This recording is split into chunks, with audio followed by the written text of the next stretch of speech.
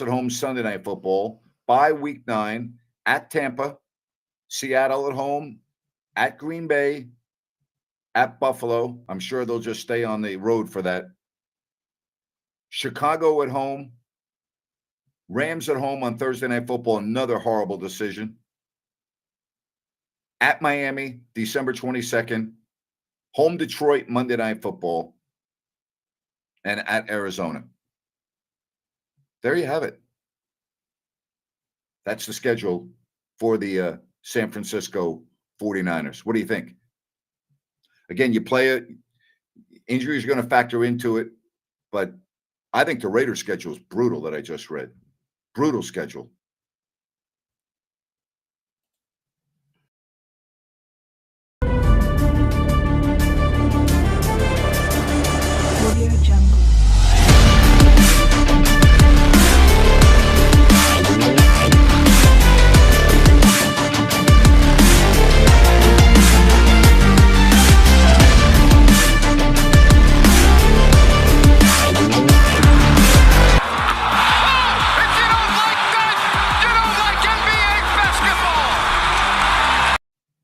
Welcome to the King's Court Live. How you doing today? Thursday, May 16th. What's happening? 18 already checking out or checked into the King's Court already. Ryan in Sacktown with you. A lot to talk about. And Napes, you know what? I got a little something for you, buddy.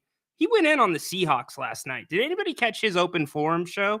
He's complaining about the way the schedule is released, right?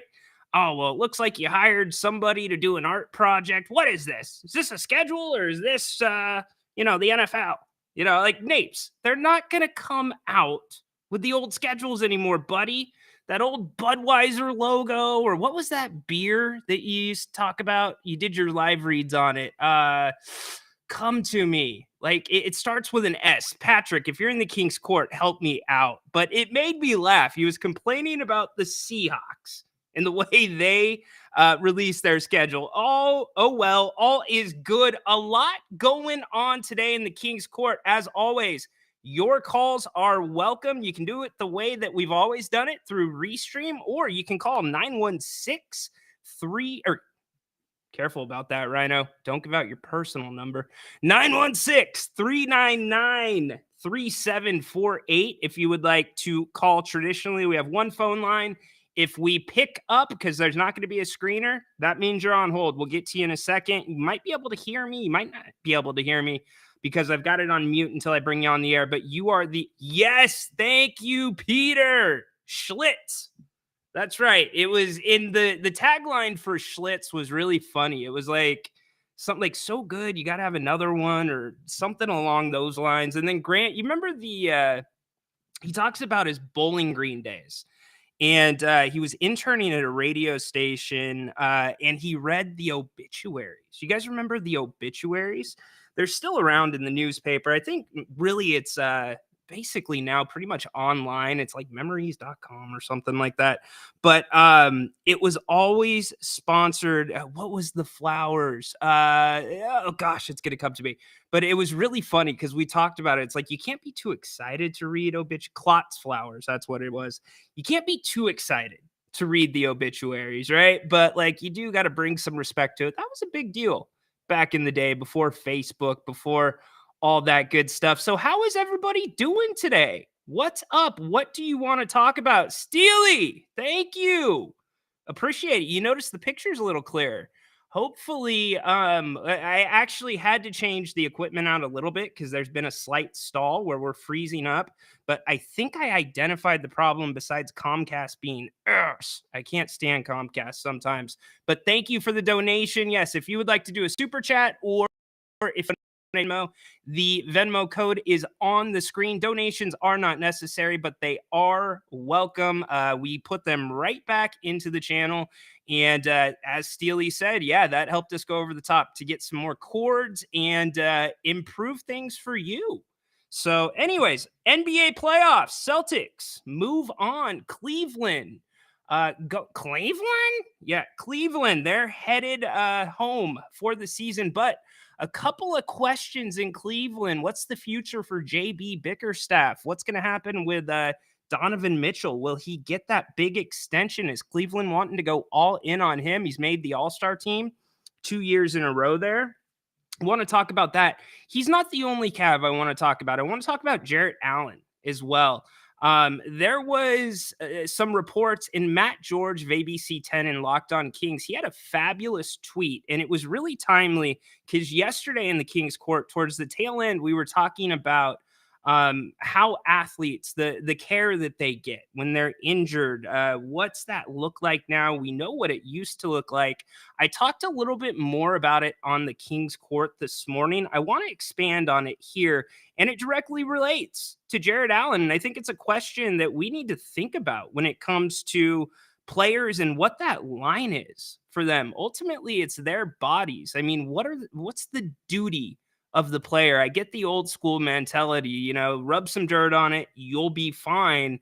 But times have changed. You're seeing players retire early, right? Aaron Donald got out before he got to go out on his own terms, right? Andrew Luck, probably the most notorious of that.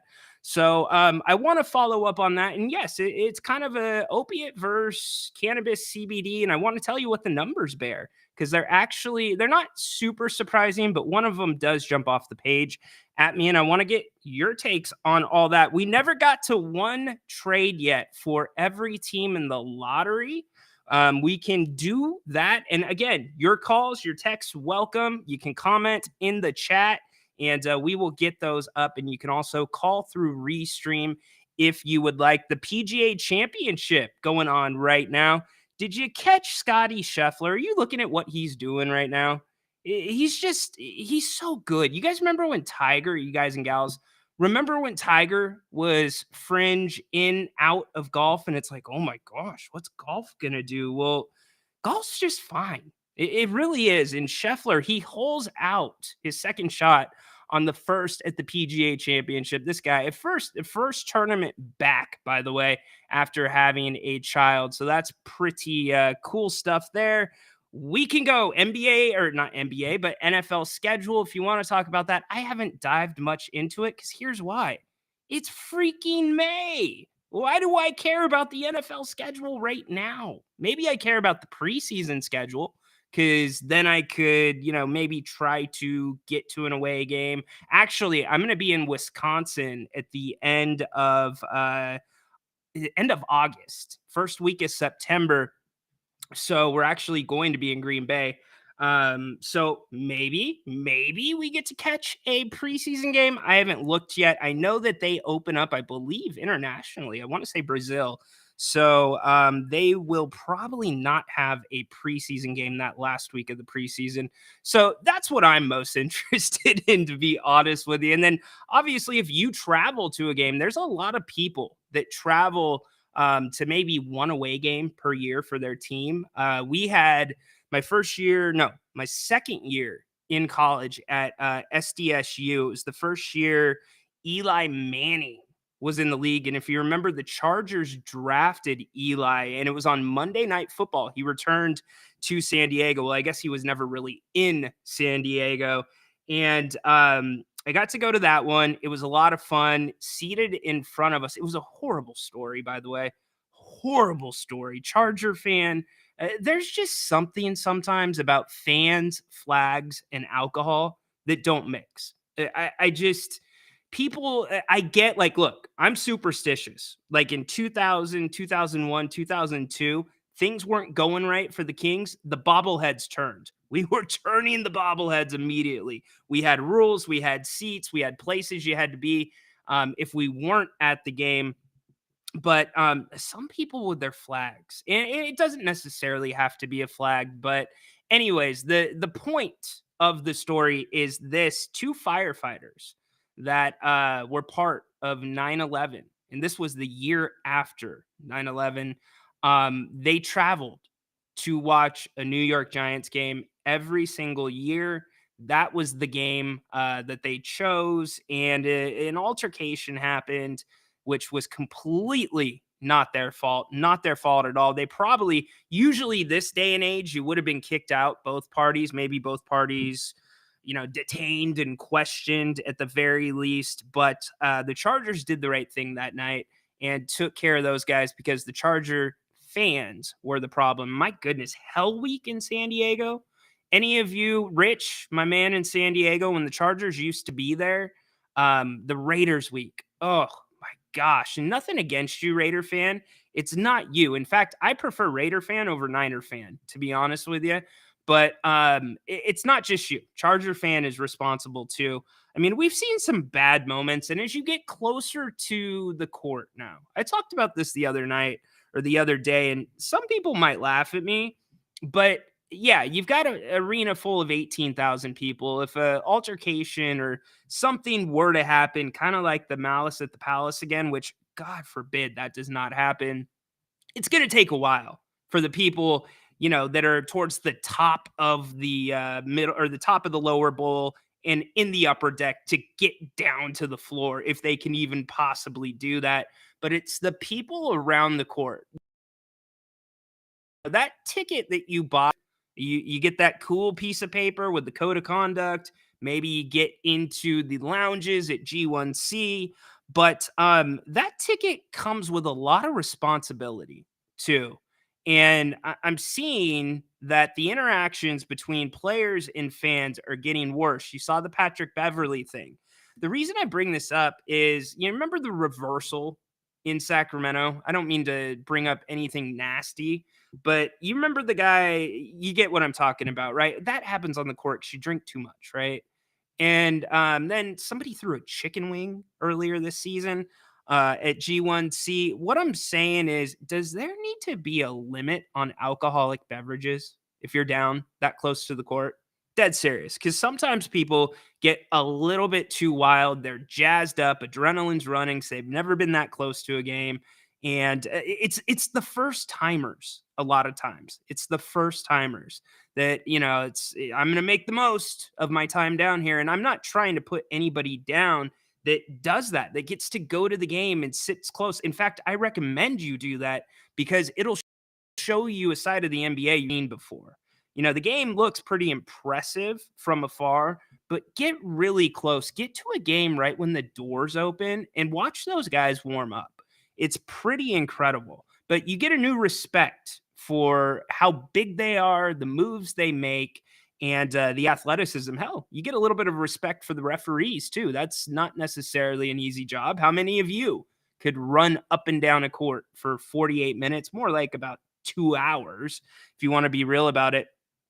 But I don't know. The Beverly thing and whether that was Pat Bev's fault or not, I can't say. I wasn't there. I don't know if the magic word was said. And by the way, we don't have a definition of what the magic word is. It's not tangible. The magic word is more of whatever that word might be, where it's go time for you. If you hear that word, somebody calls you that word, it's go time. That's what I'm talking about. So it's different for everybody else.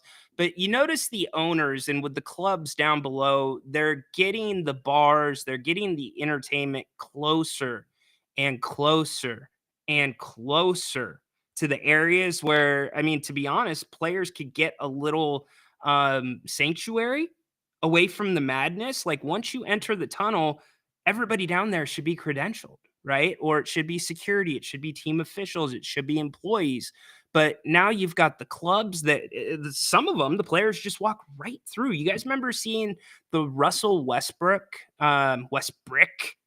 interaction with a fan? I think it was in Phoenix. I want to say it was either earlier this season or late last season. It was definitely when he was on the Clippers. He's had a few of those run-ins. So anyways, if you guys want to take it that way, talk about that, we can. Knicks going out to close the series tonight. Can they do it? I think they do. I really do. I think that the Knicks, they've had success, very much success, when they out physical the Pacers. The Pacers have no answer for that. So can the Knicks do that in Indy tonight? We'll see. And the Nuggets and the T-Wolves. Look, last game, Ant-Man was doubled. I want to say it was around 34 times. 34 times he was doubled. And that means he needs help they're forcing somebody else to beat you. And right now, nobody else is stepping up really on the Timberwolves. That's been one of the differences. Mr. Moss and I talked about that some yesterday as well. So can somebody else step up? Can Cat make a decision? I mean, Stephen A. Smith said it pretty well earlier today on First Take. I don't usually watch those shows, but I did have it on in the background. And he basically said, Cat, either shoot the three or have your back to the basket. We don't want anything in the middle. And I guess that could maybe apply to some of your Sacramento Kings. So, hey, I've laid out a ton of stuff. I mean, a ton of stuff. So I want you guys to get involved.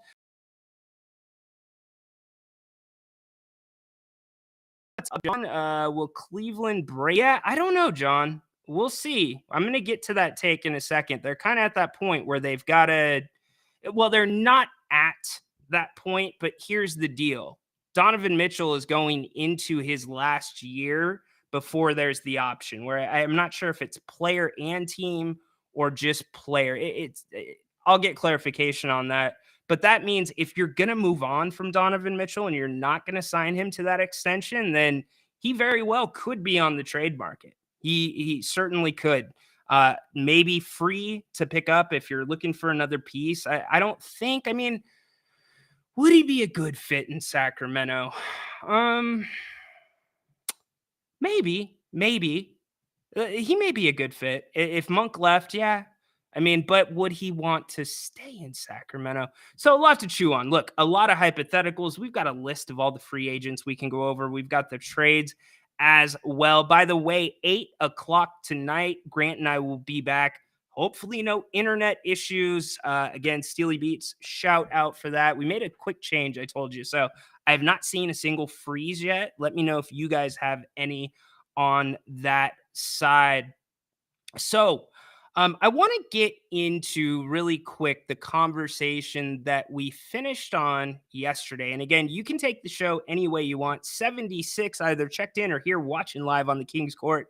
Thank you so much for being here. If you weren't here yesterday, we were talking about players and we were talking about treatment options for them. And I shared a little bit of my story that I went through with my hips. And I've played sports all my life. So I've never been a professional athlete, but I've played at a decent level. And even when I wasn't playing at any level, I still played. I had fun. So I saw the gamut of what a person goes through, right? But I'm not an athlete. I'm not a professional athlete. There's my wife's not like, hey, like if you're not able, like, what's your injury status on the laundry tonight? Are you questionable? Like, what is it? Your back? Yeah. Do you need to get a second opinion? Do I need to downgrade you to, out? Like, just let me know. Doubtful, maybe. So it's nothing like that. But the story of Jared Allen, I found this very interesting considering the conversation we had yesterday. And I started to touch on it at the beginning of the King's Court shoot around. The Indy New York series has been so fun. I hope it goes to game 7. That is a bang comment right there. Good job by you, John. Yeah, I don't hope it goes to game 7. I want to see the Knicks move on. Knicks, Boston, all day. Give it to me.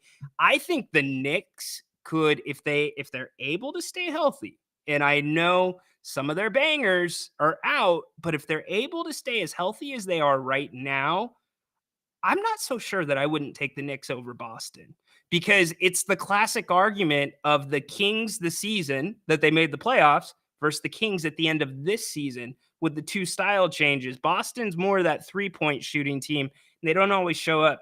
Peter chiming in on Donovan Mitchell. Mitchell is 35.4 this coming year with a player option at 37. Yeah, so that's actually pretty affordable. That's a good price for him. That is actually a very good price for him. Thanks for pointing that out, Peter. So getting back to what I was talking about, Jarrett Allen had a rib injury for the Cleveland Cavaliers, and the trainers, the doctors, the medical staff, they presented an option for him to play, which is an injection. You hear about, we used to call it vitamin T. T as in Tom, vitamin T, Toradol.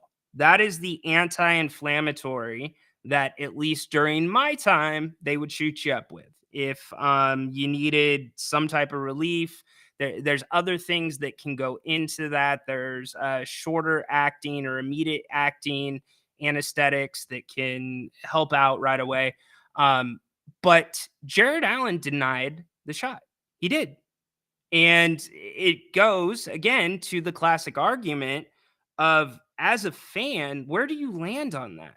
Like, can you be upset with that guy for deciding his health or deciding what's best for his body over, getting into some run in a playoff game?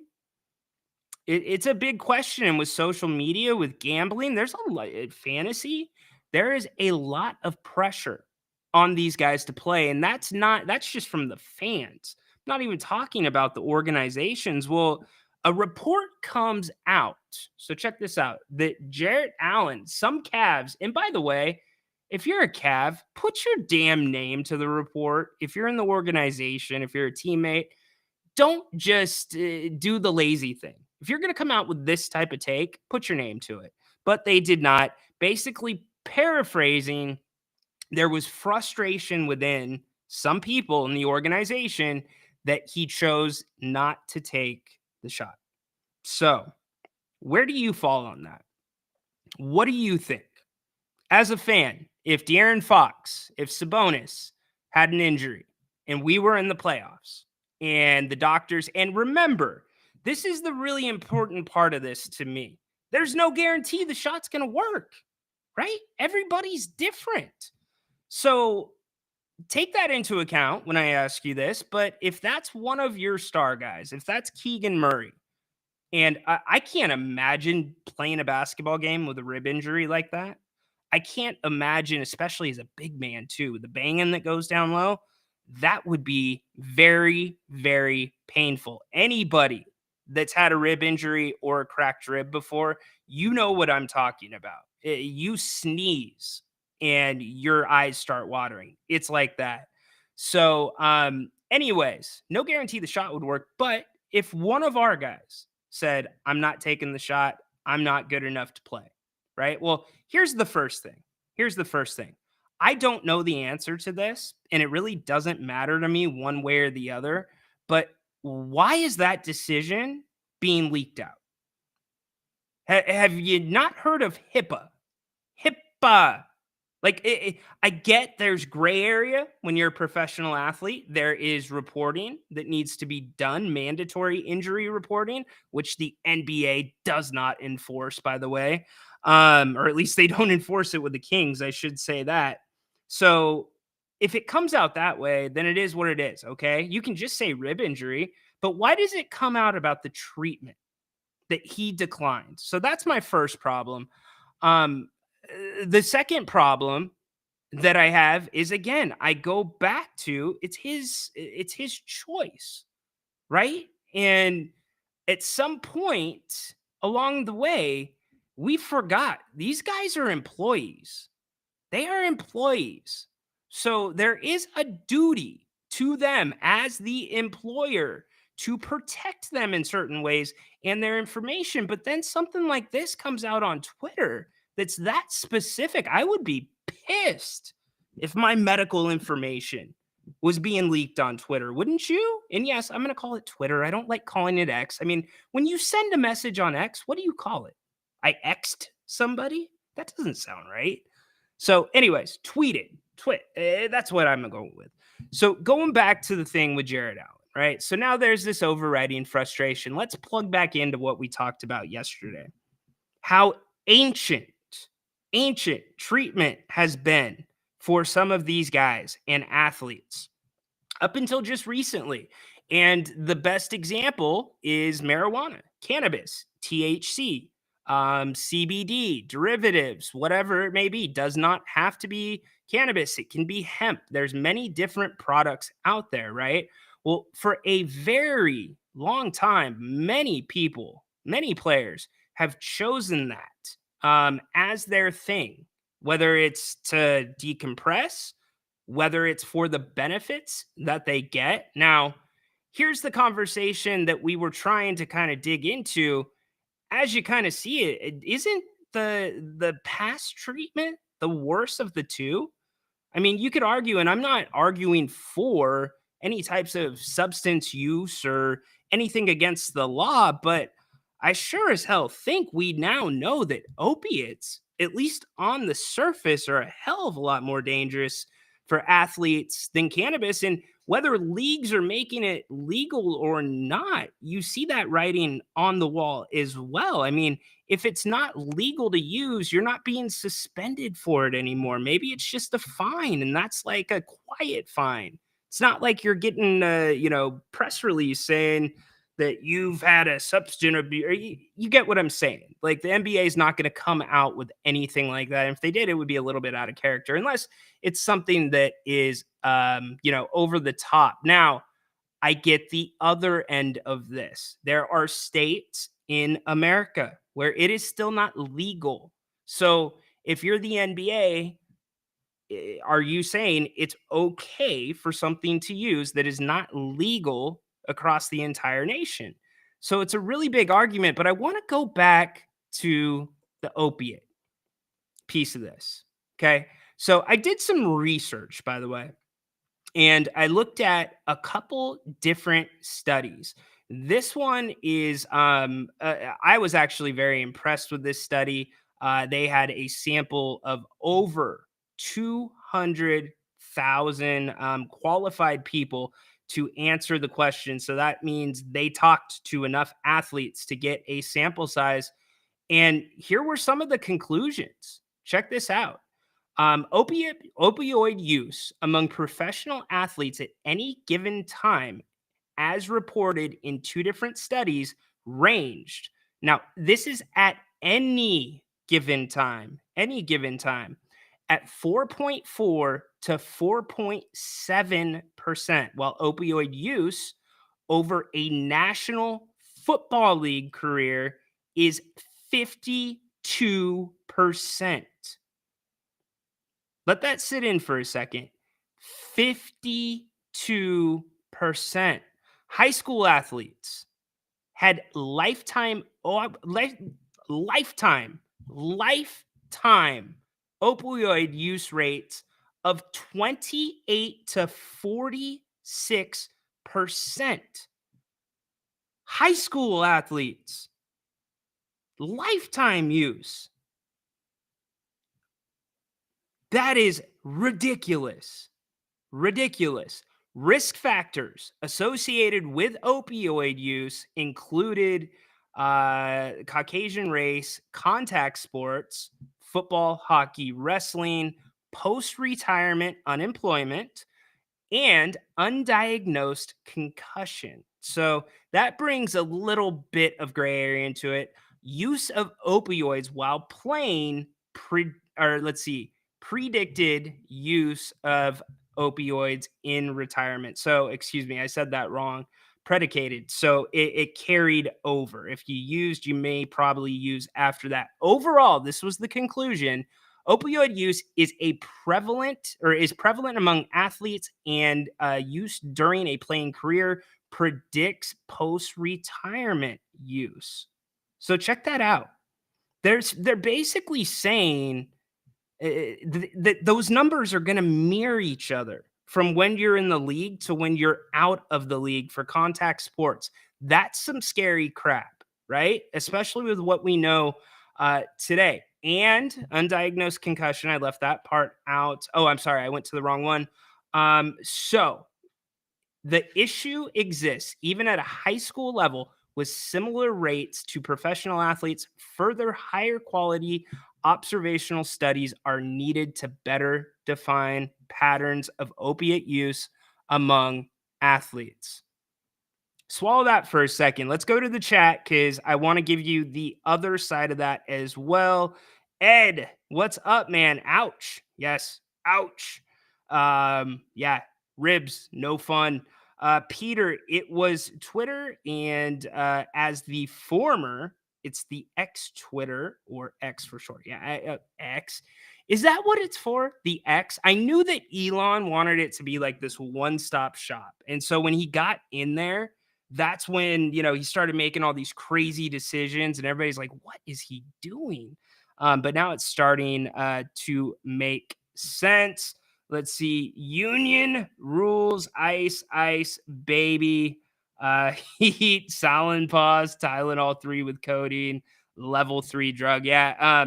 Look, people think Canadians are super responsible, right? And they were, I think you could get Tylenol 3 over the counter there. I'm not sure if you still can, but that was going on at one point. All right. So, via John Hopkins magazine. So, check this out. A marathoner and cross country runner, and she's done many Ironman races. She has kind of made it her issue, not her issue, but her platform, what she wants to kind of push a narrative. She wants to get the information out there. So Joanna Zeiger, right? She has been a big proponent of CBD use and cannabis use for athletes. And so they did a study on the cannabis use between athletes right now. And the study found that 26% of athletes had used cannabis over the defined 2-week time period. So this study was over a 2-week period. 67% had used it in their lifetimes. About 61% of the respondents said they had used the drug for pain, and or those 68% reported relief, or excuse me, and of those. So 61% used it for pain, and of that 61%, 68% reported that it gave them pain relief. So the information is getting out there. So I wanted to give you that follow up on what we talked about, but I want to go back to what I started with. Where do you come out on this Jared Allen thing? I mean, would you be pissed as a fan this day and age if your guy did not take a shot? And I mean, what would the reaction be? How would Kings fan react to that? I would be very, very interested to know. So you can call the show if you would like. 105 have either checked in or they're here live right now on the King's Court. Ryan in Sacktown with you. You can call the show by calling 916-399-3748, or you can click the link in the chat. I will put the link there as well. That is to call through Restream. You do not have to be on video if you call that way. If you want to be on video, go for it. Just make sure that you have clothes on. Hey, court rules are in effect. If you come on the King's Court, you got to look presentable. So I don't, no tank tops. I'm not going to do the Deion Sanders rules, but you know what I mean. Nothing risque, please. You guys get it. So NBA playoffs.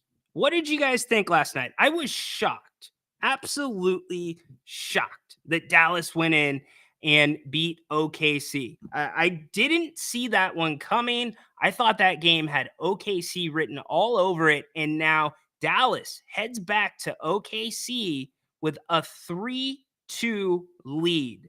So OKC's backs are against the wall. And here's the thing about OKC. I don't see them adjusting that much. I'm not seeing a ton of adjustments during this series. You've got to start doubling Luka at some point. And I know the bigs, Gabbard. I know that PJ Washington, they're playing good basketball. Kyrie Irving, where is he? Where is Kyrie Irving? The last couple games, he has not done much at all, yet the Mavs continue to win. What's up, Johnny? Can I come on if my sleeves are rolled up to my freaking neck? Well, watch what this guy here does to this guy here. Yeah, good job. Watch what Johnny just did to the King's Court. Yes, you can. That's a Napier statement. I still can't believe Grant went in on the Seahawks schedule, man. That gets me. I'm going to have to get on him at 8 o'clock tonight. Ed, boring. And what? Oh, I'm boring? I'm sorry, Ed. My bad, dude. Well, you can click off if you are bored. That is not a problem. But I do want to finish my thoughts on the Mavericks and then talk about the Knicks really quick. And then also we'll talk about those trades. 11 trades. Well, 14 trades. for the NBA, lottery teams, and a lot of talk here in Sacramento about making a big splash. Where do you land on that? Do you want to keep the 13th pick in this type of draft? I've been hard on Bronny James, and I want to separate the two things. I am not upset with Bronny James. He's doing what he is supposed to do. If you were offered an opportunity to go to the combine, absolutely you would go to the combine. So I'm just more bothered by the process that's played out and made this draft more about Bronny. Oh, the game last night. Oh, see how defensive I am? You know, let me just give myself one of those. My bad. Thanks, Ed, for clarifying that.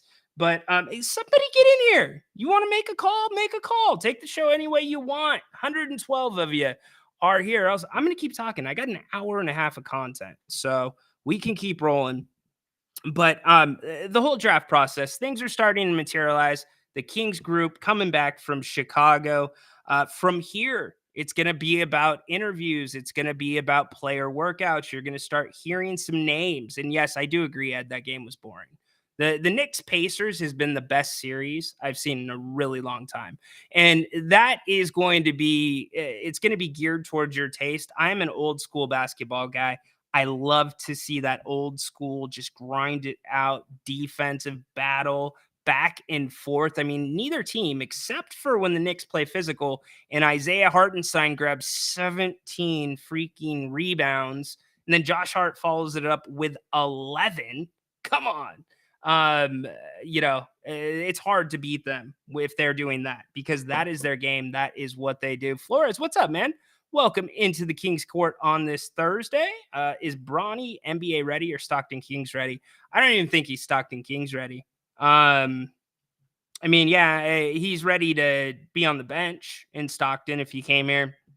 No, if you put Bronny, in my opinion, unless something dramatically changes, I know he had a pretty good combine. He had a better combine than some people expected. I just don't see it more than a business move if you're going to have him on an NBA bench, or it's going to be a LeBron thing, right? Is LeBron James really going to where Bronny James goes if Bronny gets drafted by an NBA team? Tough to say. I think any team, I don't think, this is my opinion, and based off of the people that I have talked to, I don't think there's any team that would take Bronny James with a draft pick without having some type of agreement or just making a strong independent push to get LeBron, maybe to lure him there. I don't see anybody that would take him, because it's not just about drafting him. You're bringing in a guy. Think about this. It's a distraction to a degree. It is. If you're a team that's up and on the rise, like the Kings, if you brought in Bronny James, do you know how frustrated would you be as a Kings fan if Fox is going off, Sabonis triple-double, Keegan Murray 8 threes, but the story of the game is Bronny James getting 12 minutes and not turning the ball over? That would be the national narrative. So I don't see a team that's going to do it. I don't think that anybody outside of LeBron and where he's going to be, which I think ultimately is LA, and Jerry and I are standing strong on this. We both think that LA should make him the player coach and GM. It makes all the sense in the world. All the sense in the world. Here's why. He's already both of those things. You can't say he's not. And in fact, you're enabling him because you put a fall guy in there. JJ Redick coming to the Lakers would be nothing more than a fall guy. Tell me why you have not heard another team in the NBA talk about hiring JJ Redick as a coach. It's a LeBron thing. It's who he wants. So it's his organization to run. The Lakers are ready to turn the keys over. Has LeBron earned that right? No. There's not a single NBA player that's earned that right to have that much power over their peers' careers. None. That's the problem that I have, because LeBron can paint a very, very broad stroke. And if you are a fringe guy, in and out of the league between the G League and the NBA, that could be done really quick, or he could make you a made man really quick. So, and I kind of talked about that and I related it to the Kings, and I want to get your guys' takes on this as well. We talked about the issues the Kings had last season. What were they? We're trying to pinpoint them because really there's been no clear reporting. There's been some things that have trickled out after the season, the whole thing about Fox having to stay up with the baby and Reese. No, to me, that's being a person. How many of you have kids? And how many of you work full time? It's part of being a parent. It's that responsibility. So, and in an NBA guy, here's the thing. They've got busy schedules, but there's also enough downtime for them within any given day to make up for a couple of hours of sleep. So I am all for accepting that because that absolutely can happen and it's an adjustment, but that's not going to knock you as far off course as the Kings were at that time when De'Aaron wasn't talking to the media. We also talked about the Rudy Gay situation where he went on Carmelo's podcast. And I wasn't really pulling from what he said about the past. I was pulling from what he said about the past and trying to put it into context and make it relatable to this version of the Kings, because it was a ownership transition, but it was the same story. Will the Kings be here? Will the Kings not be here? And you heard how Rudy Gay feels like he got screwed over. But what I brought from it was Rudy Gay saying, hey, I'm in the prime of my career. Don't waste my years. So is there any of that? Do you think there could be some of that frustration with any of your stars? Because look, they didn't make a lot of moves, the Kings, the last 2 years. I like the moves they made, but they have been very, very, very, I don't want to say cautious, but definitely just trying to keep pace. They're not trying to rattle the cage. So, Jim, what's up, my man? Thank you for checking in. Bronny is barely college ready. Agree. Do we not forget he had a cardiac arrest? And I know he's been cleared for that, but think about how that would set you back. Okay, I had both of my hips replaced last year.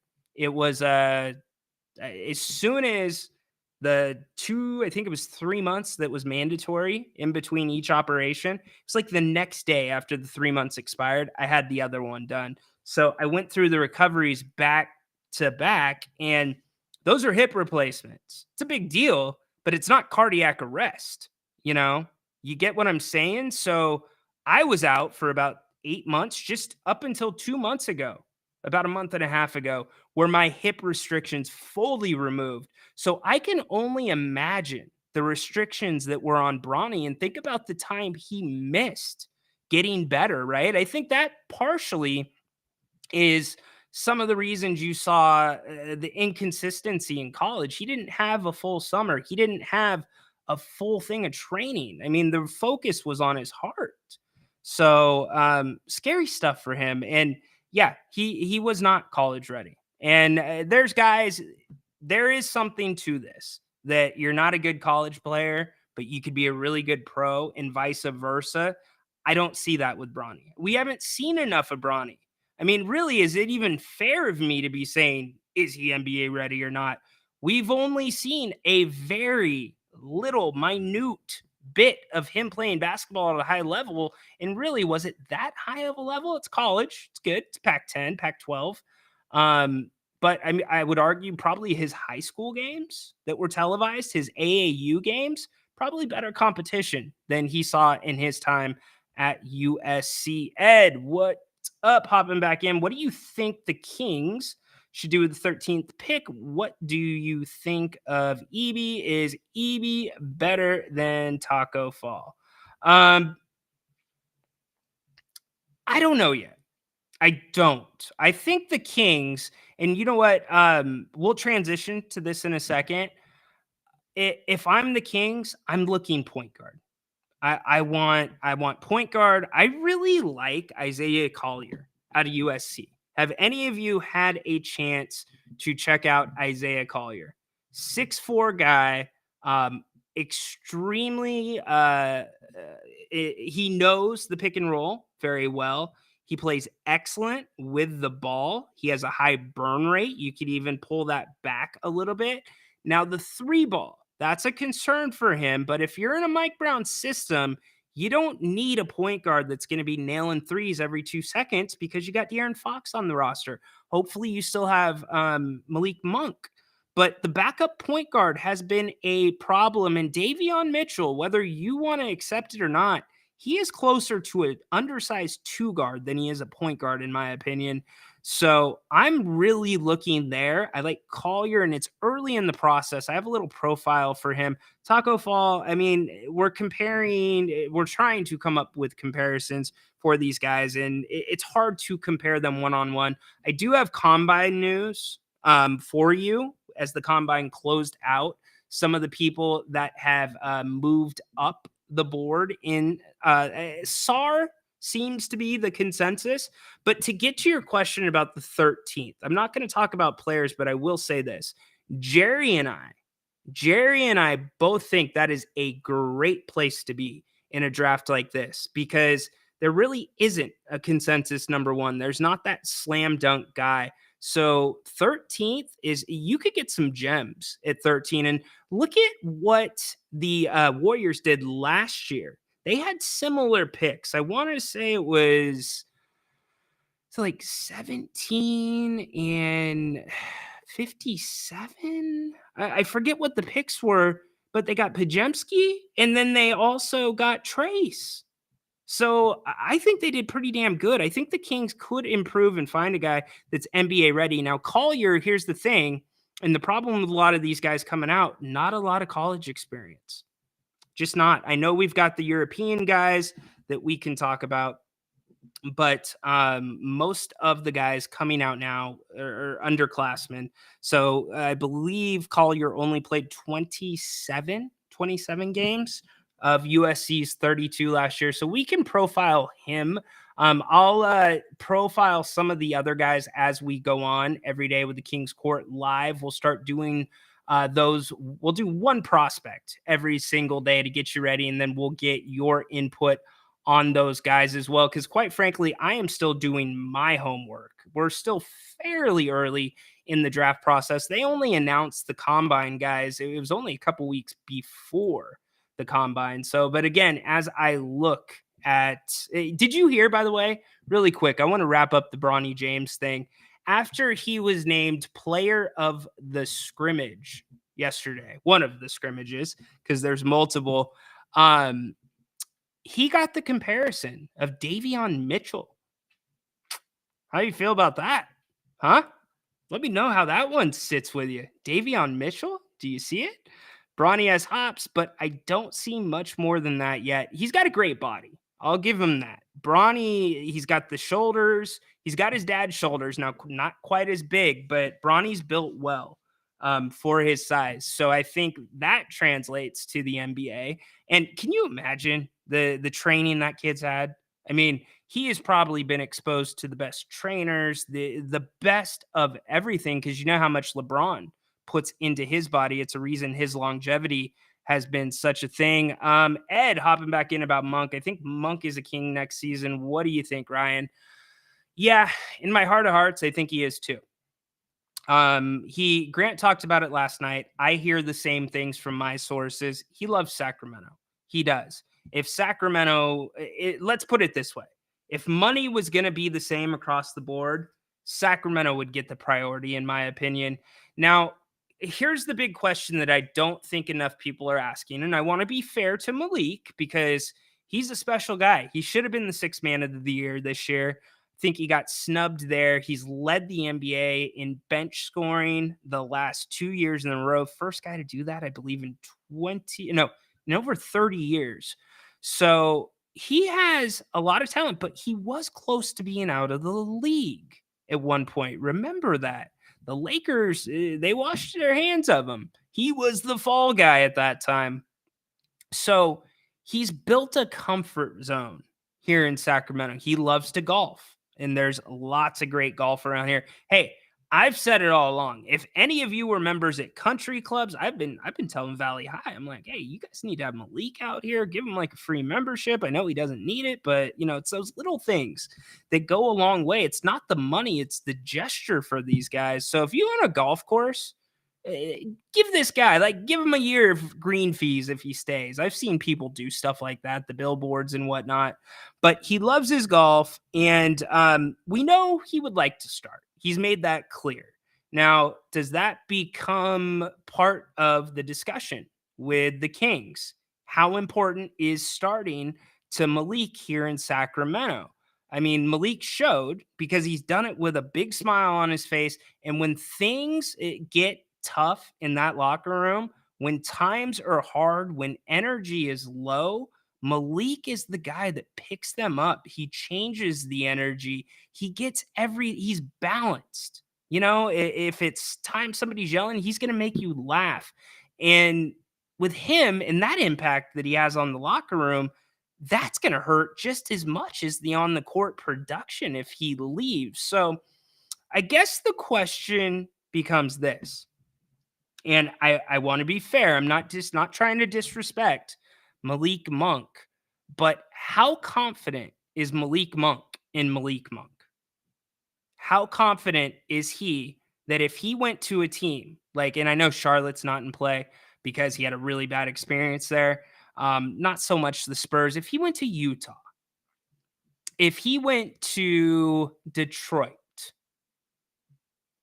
and he's the big offseason signing, he's the guy you are hitching your wagon to if you're one of those teams that's near the bottom of the league. Is Malik ready for that role? Does Malik think that he will thrive in that role? Because that is a much different role than here in Sacramento.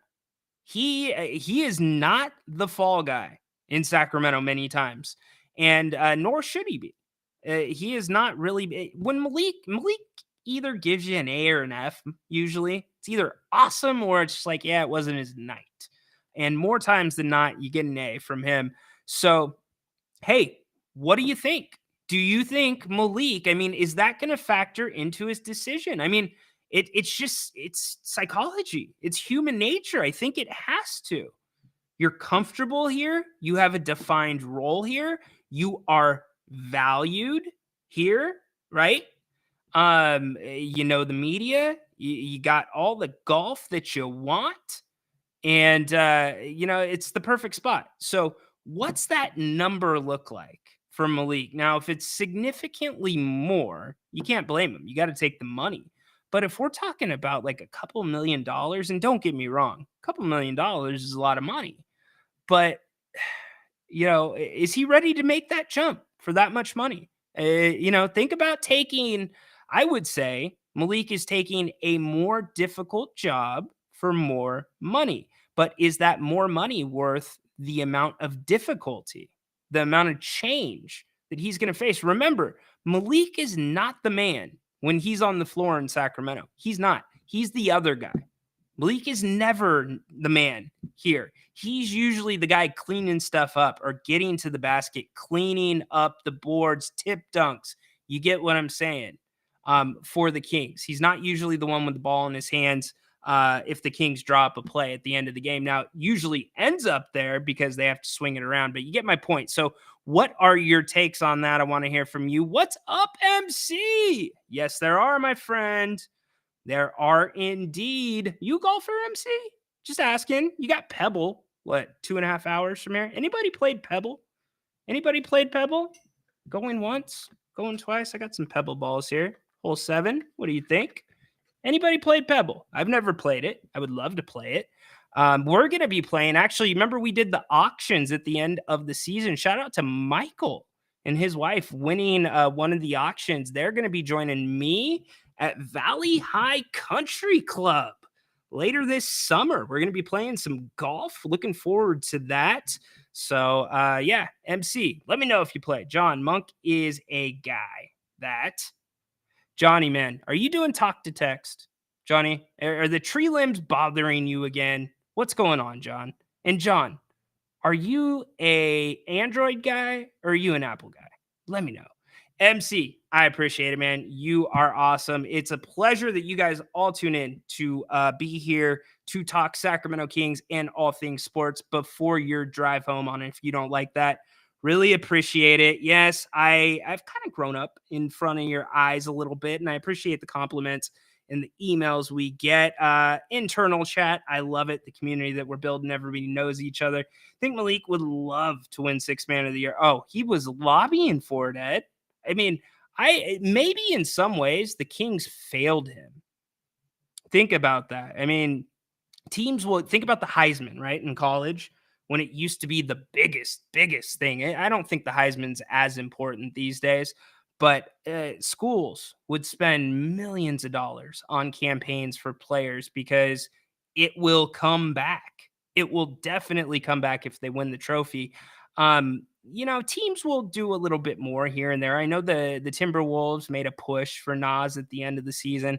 Ultimately, it comes down to this. You've heard my take after it happened. I mean, at some point, these individual awards have swung to team awards. The team aspect of individual awards are now just as important as the individual aspect. You really can't say any different because how does Cat get on the All-Star team before Sabonis? How is Naz Reid the Sixth Man of the Year over Monk? Right? It's just one of those things. It wasn't a coincidence the Kings were snubbed this year. And it's not a Sacramento thing. It's not a Sacramento thing because last year you had the Clutch Player of the Year inaugural. You had the first time ever head or coach of the year that was unanimous in Mike Brown, and you had 2 All-Stars. So something changed between last season and this season. I find that to be very interesting. Patrick, you are off the clock, but you are on the clock with the heartburn, buddy. What's it going to be tonight, Patrick? Sorry, I need a quick sip. Cheers. A little bit of sparkling water. By the way, we went to Nugget today. We ran into Anita. That was awesome. She was there getting some sushi for her daughter, for those of you that know Anita. But I'm glad you're off the clock, Patrick. You guys going to win tonight? I'd really like to know. The Hair and the Beard podcast. Is that you, Mr. Moss? Mr. Moss, are you sliding in your grooming trips podcast? I know you got a cooking podcast, a gardening podcast, a Kings podcast, a Rockets podcast, food podcast. That dude's hard working. Good for him. If one of Monk's requests to stay is to start him, do you just do it? Absolutely. No doubt. Also, just for conversation, if you had to, which bad contract would you take, LaVine or Tobias? I do not like either of those. I would probably take LaVine. I know he's not on the court much, but when he is on the court and he's kind of like that sports car, right? That $3 million, $4 million sports car drives perfect for about 60 miles. And then it's time for maintenance. And there's like a little thing going on. That's him. But yeah, I would probably take LaVine. I don't like either of them though. I've got guys that I like more than both of them. Isaiah Hartenstein. Patrick off the clock. We already said that. Okay, MC giving us his golf qualifications. I am my bestie's Uncle Caddy's at Pebble. I love it. Very cool. My parents, their wedding reception was at Valley High Country Club. So we have a country club in common with our parents' wedding. So yeah, again, looking forward to getting out there and playing with Michael and his wife. We might do the auctions again later this summer. We will see. But hey, since we're talking Kings, I know we've been jumping around. We haven't had any calls, which is fine because I got a ton of content. We'll just keep taking questions on the chat. By the way, we'll be back tonight at 8 o'clock. So shortly after the Pacers and the Knicks, and Grant and I are going to be on. Had no internet issues so far today. This has been perfect. The issue was the equipment. Glad I identified that because I was ready to jump down Comcast's throat again. Anybody switched to fiber optic yet? Fidium? Anybody done that yet? Raise your hand. Love to hear from you. if you have. MC, your GPA. Let's see. Made me my clubs. Oh, okay. Your grandpa. I love it. 6'2". I'm 6'9". What? Oh, you're 6'5". Okay. You're 6'5", MC? We've never met in person. Nice, dude. You're a basketball player too, I bet. See, club head speed is stupid. Yeah, I bet, dude. You know what? That was the most disappointing thing for me, since we're talking about hips, and I've brought that up a couple times. Once my hip restrictions came off, I had this plan. I'm like, I'm going straight to the golf course. I'm getting a bucket of balls. I can't wait to swing the sticks, right? And like for the month leading up to it, I kept my sticks in my trunk just to, in case I got that urge, maybe do some chipping and some putting. And so I get to the driving range. I wait like 15, 20 minutes for my spot. And I go to swing the first, I go to take my first shot. Couldn't swing the club. Could not swing a club. Now, part of that was I was still overweight from not moving as much, but that was because of my hip restrictions mostly. Oh, it's Alex. What's up, dude? How are you, buddy? Haven't seen you in a while. By the way, Alex, you can call the show now, 916-399-3748. You don't have to go through Restream. So the best way that I know, MC, so that's the thing, dude. It wasn't stretching. It's because I have I have titanium hips. Like, I swear to you, maybe it's in my head, maybe it's not, but hips, really important to golf. It felt like when I was trying to bring my hips through, like it feels when you swing a hammer, like the heaviness, and I just couldn't do it, dude. And I put my tail between my legs, put my pitching wedge back in my bag, picked up my bag, and walked off the driving range. They're like, you're not going to use those balls? Can't do it. So I did a little bit of chipping and putting there, but good stuff by you. Golf this time of year is absolutely the best. Let's see. Patrick hopping back in. Sorry, trying to say they're playing tomorrow. I can't type and drive. You're right. They are playing tomorrow. You are right. They get that extra day off. Do you hit straight, MC? I'm sure he probably does. MC said yoga too. Clunk. Nice indeed. So I'm going to have to talk to the intern here on the King's Court. Got a little mistake in the scroll. There we go. All right. We are good to go. All right. So getting back to trades, since we're going to talk about bad contracts, Bleacher Report came out with a basically, they come out with their little things where you can do, or they've got like 14 different pages, but in an article, it's one trade for every team in the draft lottery. Some of these, who do you guys think? And if you saw the article, fine, no problem. You can put it in there already. But who do you think they had for the Kings? We'll go through a few of them first. The first one, the Pistons add a wing scorer. Who do you think they might be talking about there? You really feel/hear that? No, I feel that. I don't hear it. I feel it, MC. Like, because MC, when they took my hips out, they dug all that stuff up, dude. My muscles, my ligaments, like there's things there that I don't need anymore because I've got a titanium joint. So it's completely different, dude. It's so weird. I don't know I didn't know. So I was talking to my buddy Eric. He's a member at Valley High Country Club. And it's like, dude, because we were going to go out and play. And I was like, I can't do it. I said, it feels like I tried for maybe 2 minutes on like the feeling, trying to explain it. I'm like, you know what? It's a hammer. That's what it is. It feels like a damn hammer. So, yep. Let's see. We got jokes going. Pistons. What's up, dude? Add a wing. I say it's KVC. Good guess by you. Not too bad, KFC. Look at what this guy does to this guy. Watch what this guy here does to this guy here. Well played, Horse. By the way, Horse, your water from Oregon, not so bad, dude. Good job by you. Anyways, no, it's Brandon Ingram. Brandon Ingram to the Pistons. What do you guys think of that? And these are all hypotheticals, but this is what the trade would look like. Well, I'm not going to go through the guys. That one's not important to me. Let's jump to the Kings. Let's make this important to you guys. Who do you think the Kings would add and trade for? And what do you think it would take? In fact, let's pose it now. What would it take to get Kyle Kuzma? Because they're saying Kyle Kuzma in this article to the Kings. What do you think the Kings have to give up to get Kyle Kuzma? I will wait. Stop stealing my water like Los Angeles steals your water. I know, right? We get crappy water here in Elk Grove. I'm sorry.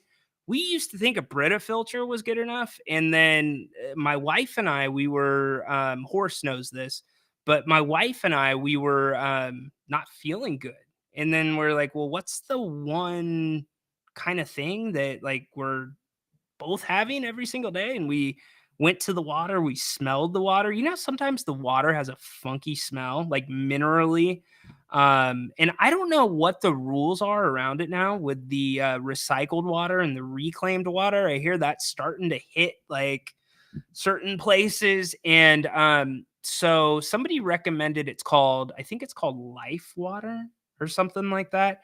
And it's a filter, but it has this, it basically looks like a thermometer, and you dip it in the water and it measures all these different levels, and it's it's zero water. That's what it's called. Zero water. And you want the goal of the water going through their filter thing is that it will be zero. But the freaking scary thing is when you look at what the water is at when you just test it right out of the tap. We were like, 100 Horse saw this. We were at like 104. 104. That's not good. And that's tap water. It's fine to drink. It's deemed safe. You know, I get other places have had bigger water problems, and by the way, if water hits your car, oh boy. The doctor gave you the thumbs up or to play golf. Yes, they did. Or did you go rough? No, I didn't go rough. Doctor gave me the thumbs up. When you're 39 years old, by the way, it's just starting to hit me that I'm turning 40 in like a month. And I'm not birthday guy. I'm not telling you because I want you to know my birthday. Like 40 is kind of like that is your youth completely over at 40? I mean, what changes at 40? I mean, stereotypically, what changes at 40? I do know this. Usually 40th birthday parties are like the birthday party for people. But 40 years old, man, that's weird. 40. I'm a man. I'm 40. I knew that was coming. Yeah. I was going to save that for around my birthday. You know me too well, buddy. Not a thing. All right. I'm glad to hear that. Turns 43 on the 23rd. Love it. We'll talk via X. Yes, indeed, my friend. Outer hip bones. Interesting. Let's see. You guys are just going. Cool. Well, you know my stuff, but yeah, over the hill. I know, right? Like I remember when my dad turned 40. We what was it that we did? He had a big surprise party. And in fact, MC, it was in Carmel. It was not too far from Pebble. And that was a good time for his 40th. But let's see. Yeah, I know you just turned 55. What are our age demographics right now in the King's Court? If you feel comfortable, put your age in the chat. I want to see where we're at.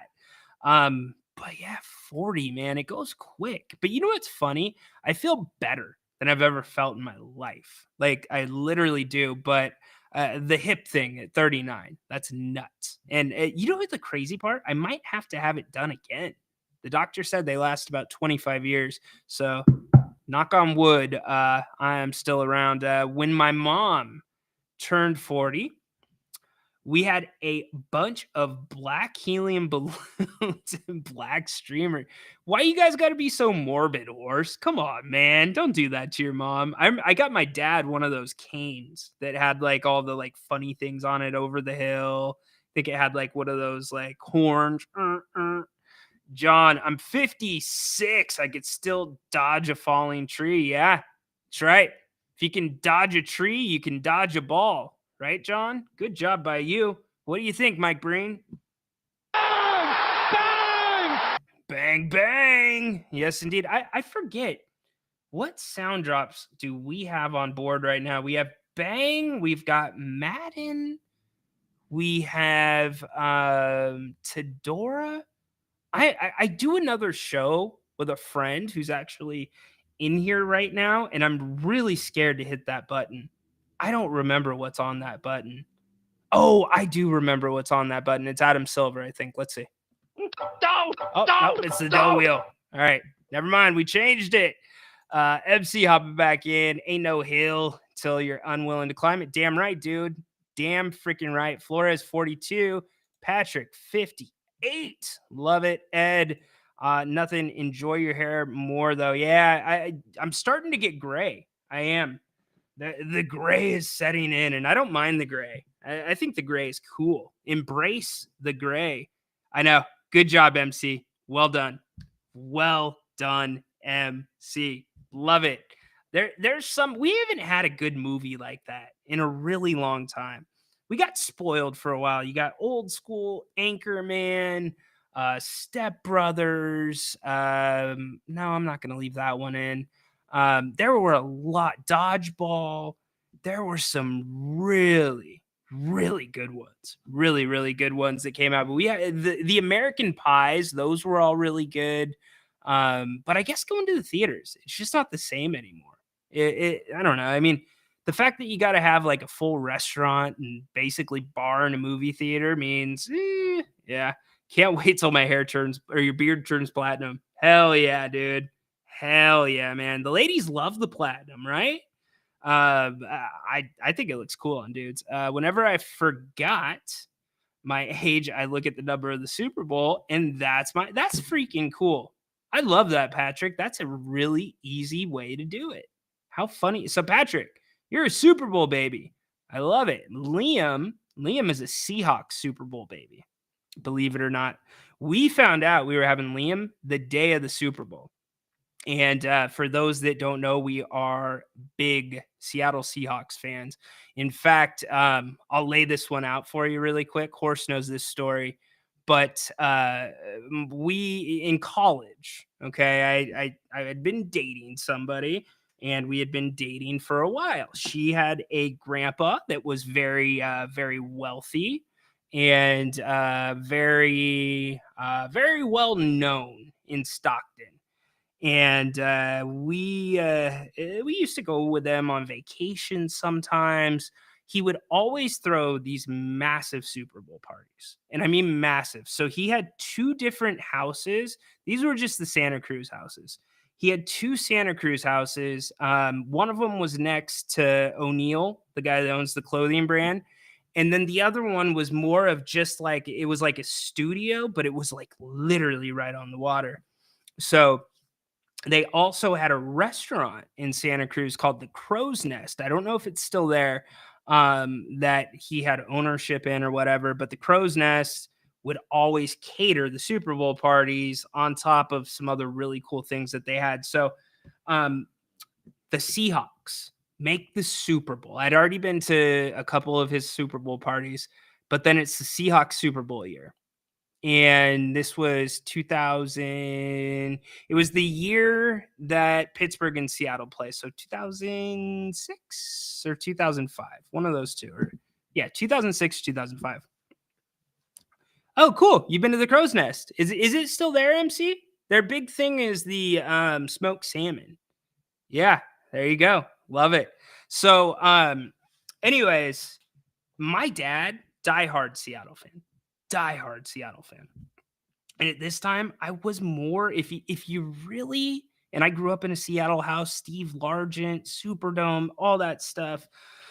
But if you really put my feet to the fire that time, I was more of a Chargers fan because I was down in San Diego for college. And so I decided to go to the Super Bowl party instead of watching the Super Bowl with my dad. And I believe it was the first time Seattle had been to the Super Bowl in his lifetime.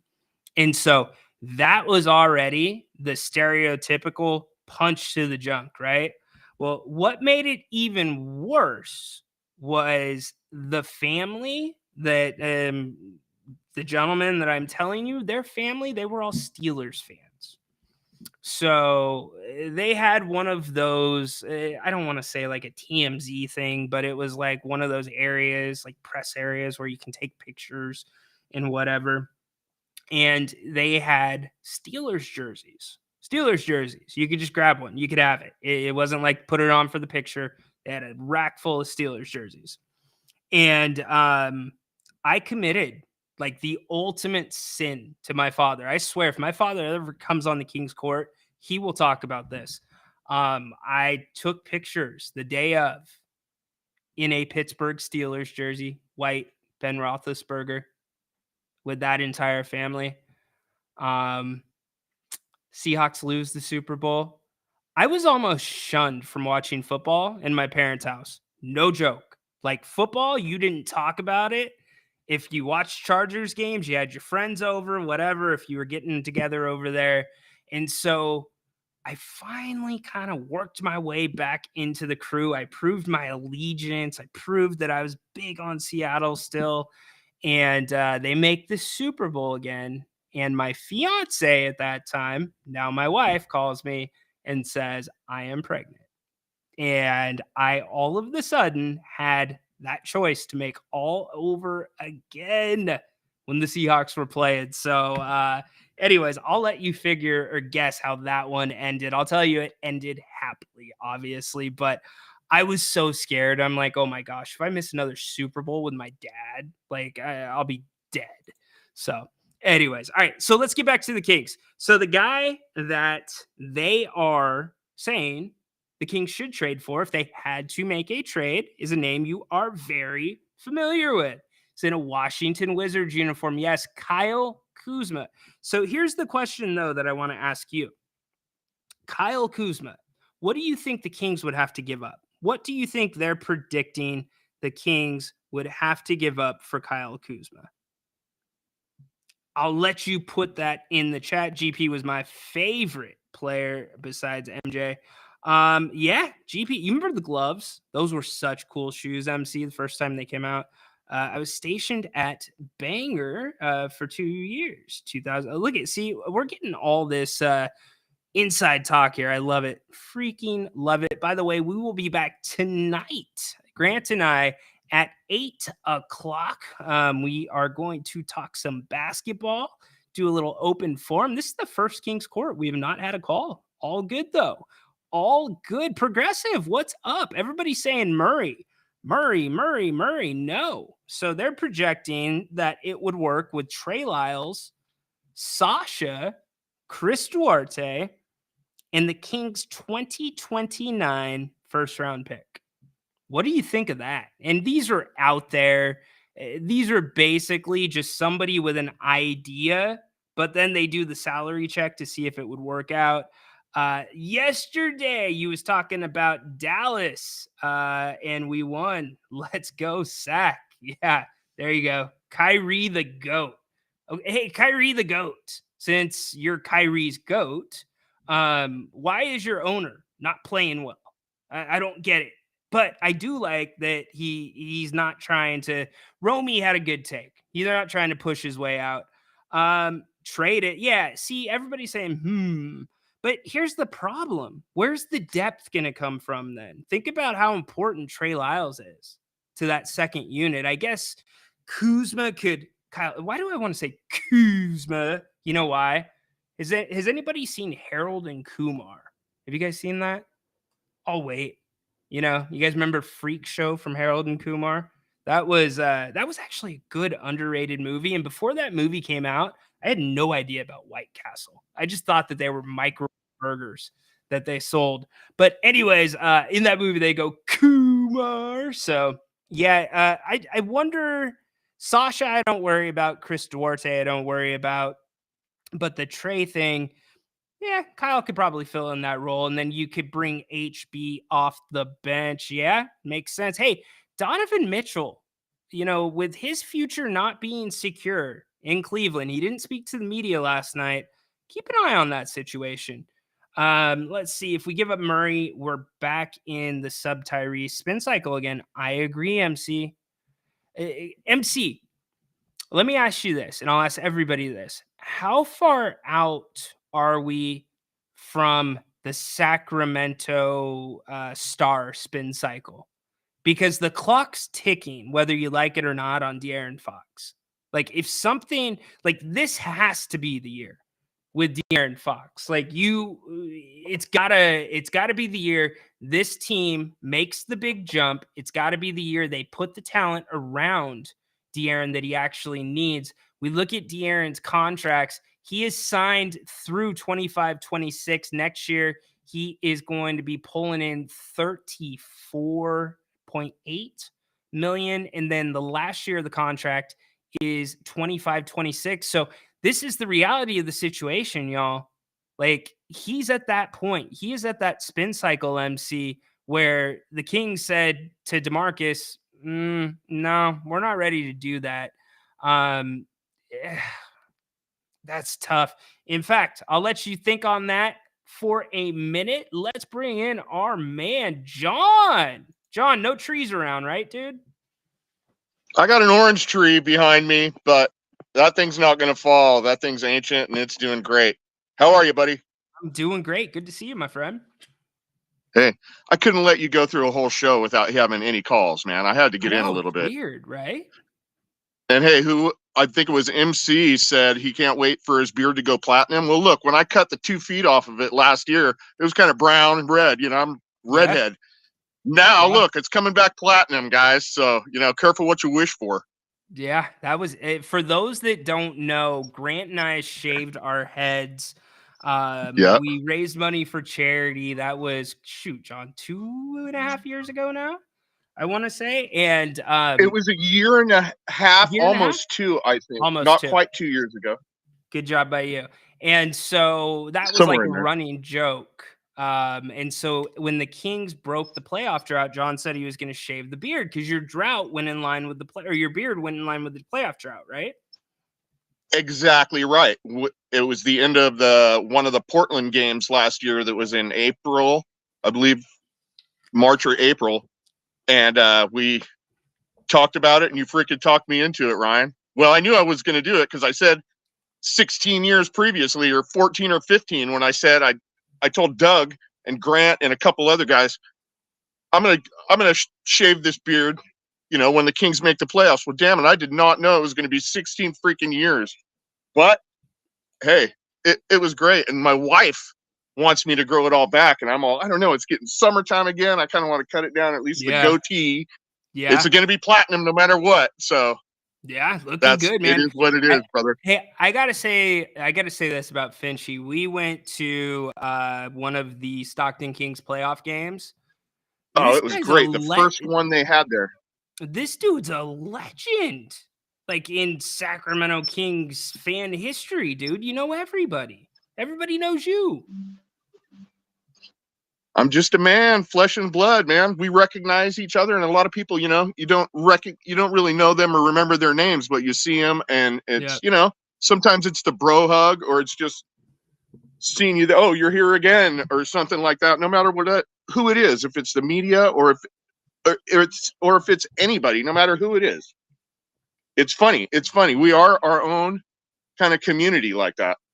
Absolutely. Oh, and I did. This is one of these shirts I got from you. I had the sleeves rolled up, but my wife said just cut them off. So she took them in her sewing room, cut the neck off a little bit, and it's normal now. There you go. It's normal now, brother. Good. It's one of the playoff editions. I love it. Yeah. So what do you think about what do you think about Foxy? What I was talking about right now? Do you think that because MC brought up the spin cycle? Are we starting to get to that point with De'Aaron? Not enough people are talking about. He's only got another year on his contract after this season.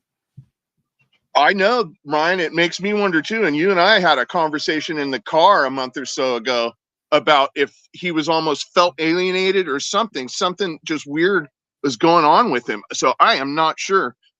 Look, a guy like Fox is going to be easier to replace than a guy like Sabonis, even though I still believe we need another large guy next to Sabonis and have him they could both play stretch 4 slash minimalist 5. Because Sabonis, hey, 6'10", well, he's not 7'1", and a lot of look at the Joker, look at a lot of guys, they're just a little bit bigger. Nobody's got more heart than Sabonis, and he's just as strong as freaking any of those guys too. So, I mean, if Fox wants out and his heart is into it, and I've seen it, we've all seen it. We've all looked at sometimes during the season and said, "God damn, what the hell, Fox? Get on it! You're the fastest dude in the league, and you're walking it across the court." That is not what we want to see. And, you know, people ask about the Kings and what is our identity. Well, it was speed, and it still should be speed, in my opinion. But when Fox, I don't know, it seems like sometimes his heart isn't into it. When you piss him off, he's ready to go. Mad Fox is the best Fox we got. So, and Sabonis, he's so level-headed, man. He keeps the bubble in the middle at all times. Nothing pisses him off too much, or nothing makes him too happy or too sad is what I see with Sabonis. He just punches a clock every freaking day, and he's not worried about anything except what he's doing on the freaking court. And, you know, if he was an all-star and he went to Indiana, he would have played too hard. They didn't want people playing that hard, and Sabonis can't turn it off, man. Once the clock's ticking and he's between the lines, he would play just as hard in the All-Star game as he does, throughout the season. In my opinion. Yeah, no, great point. Sabonis, if he is not on your team, he annoys the hell out of you. That's how it is. And well, if he's a on your freaking brick team, wall. you love him. Yes. Yeah, he's a brick wall. You see guys that are bigger than him back into him, and they realize, well, shit, his feet are set, and he's not going anywhere. You can try and go around him if you got the gas, but that's not as easy either. So, amen. I don't know. If Fox feels bad and doesn't want to be here, man, I don't want somebody who doesn't want to be here, but I hope he still wants to stick it out, because, you know, there would be 20 other teams in the league who would snatch that guy up, and he would start, you know, for at least 20 other teams in the league. Now, if Donovan Mitchell wants to come here and we want to make some sort of a trade with Cleveland, listen, I am on board with that. I don't know exactly where the money stands, 37 or 35 or 37 or something for Mitchell, and we know Fox is. So if something can happen in there, I'm freaking on board with bringing Donovan Mitchell, because that dude, he's impressed me more over this last season or two than almost anybody in the league. Wembanyama, obviously, we're going to see what he's going to be, but. Yeah, no, it's, you know, you're not wrong. I mean, he's had some issues staying on the court, but a lot of guys have. Donovan, so I'm looking at not that many of them. Yeah, just when it's mattered at times, he hasn't been available. I know he wanted to play really bad this year in the playoffs. It just didn't work out the entire time. I'm looking at their roster right now, John, and you know, there's some pieces that there's a lot of money there that I don't think they're going to want to bring back and pay. It kind of looks like you either have to go all in with the team that you have and maybe make a move to bring in somebody else as well and keep Mitchell, or maybe dump some contract. I mean, you got Garland signed through 27-28. He's making a ton of money next season, 36.7. Now, doesn't his contract end though after next season, Garland? No, he is signed through 27-28. Oh, he's got another one past that. I didn't know. Yep. And so the option for Mitchell is $37 million, just about 37.1, but that's not till 25-26. Then you look at LeVert, his isn't bad. Jared Allen, $20 million. I know we talked about him. Max Strus. Now that's a piece the Kings could use. So man, he reminds me a lot of Bielitsa. You know, his spacing was so great, and he is not afraid to put it up. That guy, he's a gamer. You know, I don't know what he does in practice, but when it's time to play, that dude, he's fearless. I like that about him. Yeah, me too. And he only made, and that might be cheaper. What were the numbers on that, Ryan? Is that a little? So Strus, he's really reasonable. This season he made 14.4. Next season he's supposed to make 15.2. So, and he's also signed through 26-27. And outside of those guys, I mean, you got Rubio still on the contract. You got Niang. Well, and then you still got. You said the guys, LeVert, Mitchell, and Strus, and I think Adam too. So if they're breaking that team up, I don't see it. But if they do, man, there's going to be a lot of teams that are going to be giving those guys a call and saying, "What do you want for this and that?" And it's so, kind of. I would be embarrassed if our team wasn't one of them. 100%. I'm looking at the situation of what Cleveland has to decide this year, almost like the decision they're going to have. The Kings will have next year when it comes with Mike Brown versus JB Bickerstaff this year with Cleveland. Same thing with De'Aaron Fox. Next season, he's going to be in the exact same position, basically, that Donovan Mitchell is going to be in. So you're kind of getting to see a glimpse into your future, maybe in the decision Sacramento will also have to make, depending on how this season goes this year. You're right. They're very parallel universes. A glimpse into the future might be what we're looking at. So, no hey, doubt, man, this is why we play them. This is why we go through the off season, and why we talk them. And hey, you know how it is, brother. Absolutely. Hey, brother, thank you. Thanks for picking me up. Hey, man, I can't let you do this by yourself, Ryan. You're just a kid. You're almost 40. Yeah, I know. Just a kid. Yeah, tell that to my wife. So. All right, I will. I will. Love you, brother. Love you too, my man. Be well. That is Finchy. Nothing like a little John Finch in your life. I love it. Good point by you, MC. But guess what, MC? De'Aaron played more off the ball this year than he ever has. So that was a little bit weird to me. Did Mike Brown come out and say he wants Kuzma, whatever Mike Brown wants? Well, okay, but what if the Kings don't want Mike Brown, Ed? Jerry doesn't think it's a big deal. Grant doesn't think it's a big deal. But I think it's a big deal that Mike Brown could go into next season or go into the season after this coming season with an option. And I believe the team and him have an option, but it shouldn't get to that. He's changed the culture in Sacramento. Some argue the Kings regressed last year. I don't say that. I think the Kings took a sidestep last year. The rest of the NBA got better, but people forget the Kings met their offseason goals, which were to get deeper on the bench. They were. Now, not as deep as we wanted, but they were deeper. Rim protection was up close to 25% this season. And then rebounding. Offensive rebounding was excellent. And then defensive rebounding slightly up. So MC hopping back in the conversation, grew up into that role as the main speedster. That's what he knows, 0 to 100. So this is like, and the reason I'm asking the question is because this is that Rudy Gay thing. Is De'Aaron Fox a max player anywhere else but Sacramento? And I mean that seriously.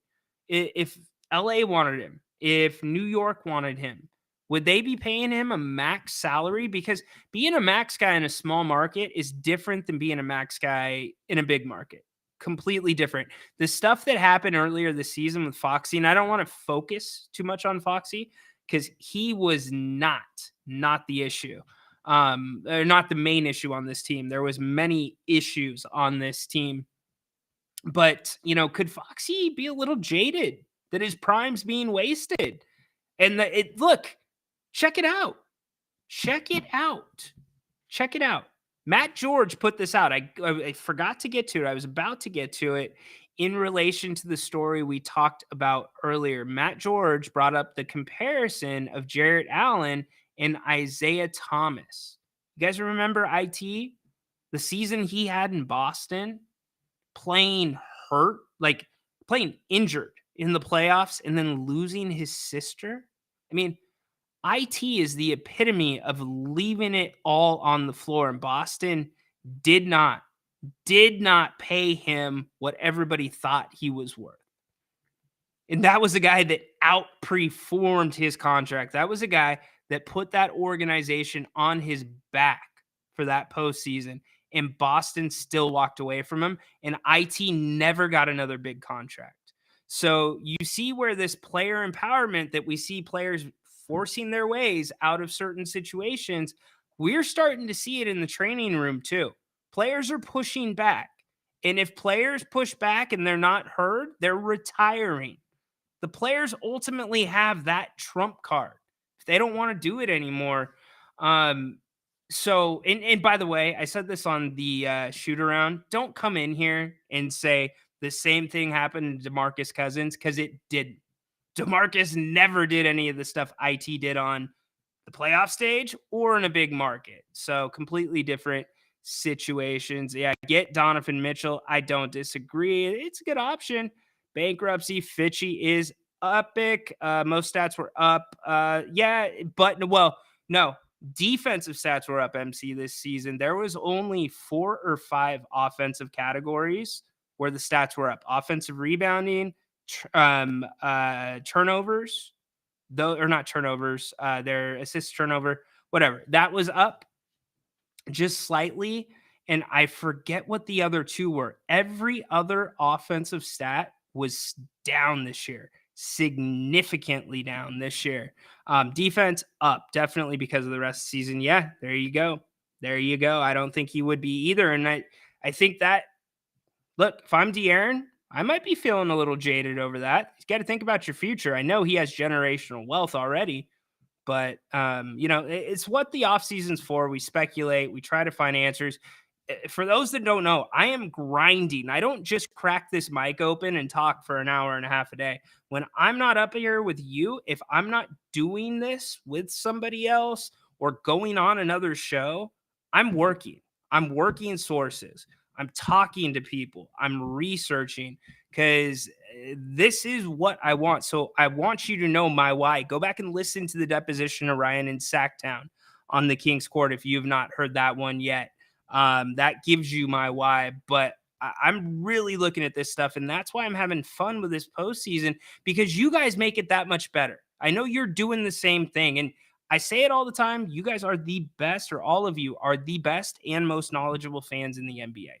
Bar none. Bar none. I've been around a ton of NBA fans. This fan base freaking gets it. All right.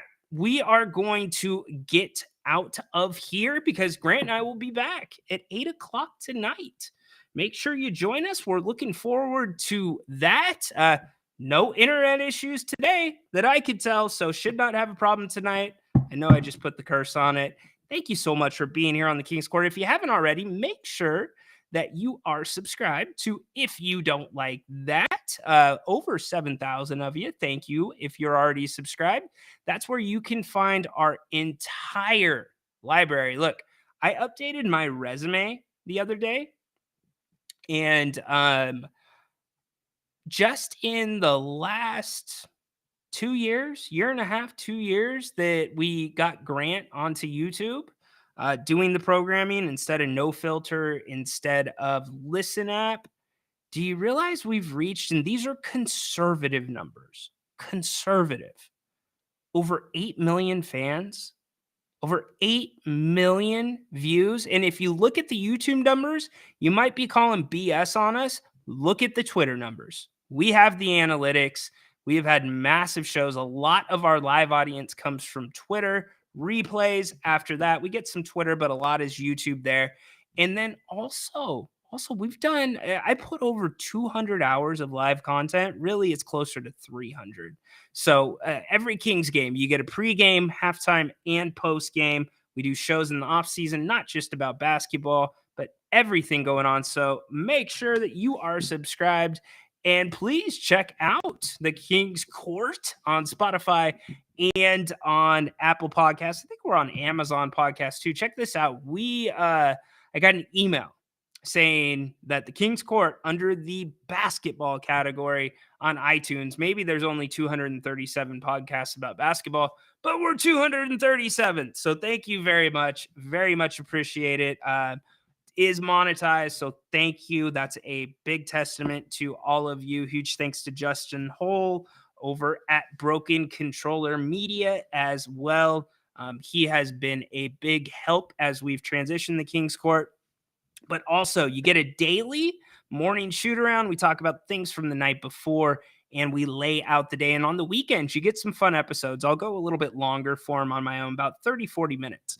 So check out the King's Court. I would greatly appreciate it. And enjoy the action tonight. Make it a great one. Tedora, hit it. Holy moly, Jimbaboli. That a girl. Hey, we will wrap up the week tomorrow. We are going to debut. I'm not going to tell you the name of it, but it's really fun.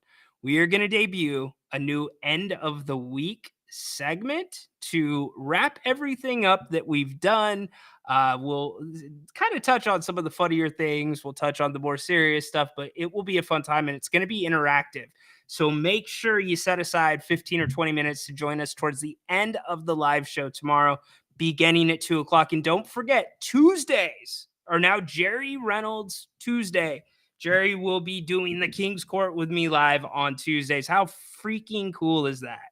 I enjoy talking to Jerry, and I know how much the response and how much you all enjoy hearing from Jerry. And we're going to get it more interactive. You ever wanted to talk to Jerry? You wanted to ask him a question?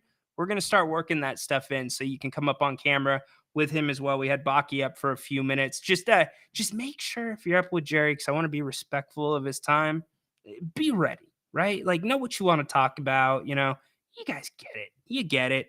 But anyways, and I'm not saying Baki wasn't, just a reminder. So, all right, make it a good one. We'll see you at 8:00. Yeah, Jerry Reynolds rapping Tuesday. I know, it's pretty cool. I like that. Jerry Reynolds rapping Tuesday. All right, not bad. Somebody wanted a Mr. Moss Monday.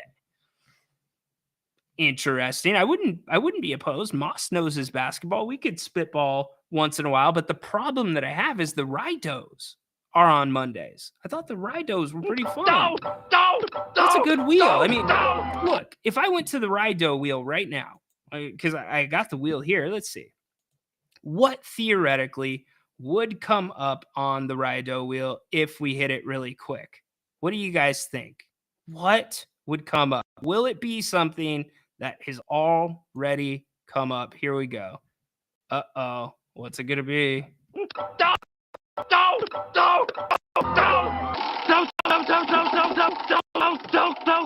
Gambling the truth. Quite frankly, that's a little bit too long of a one. So let's see if something easier and funnier comes up. Here we go.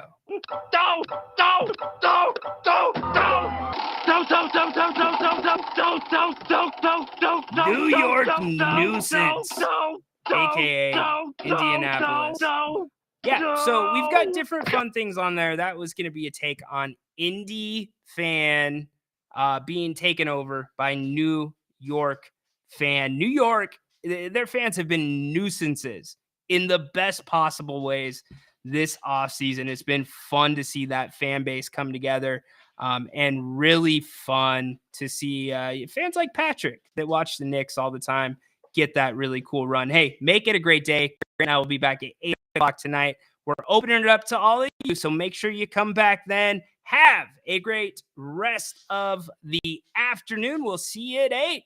So long. Court is dismissed.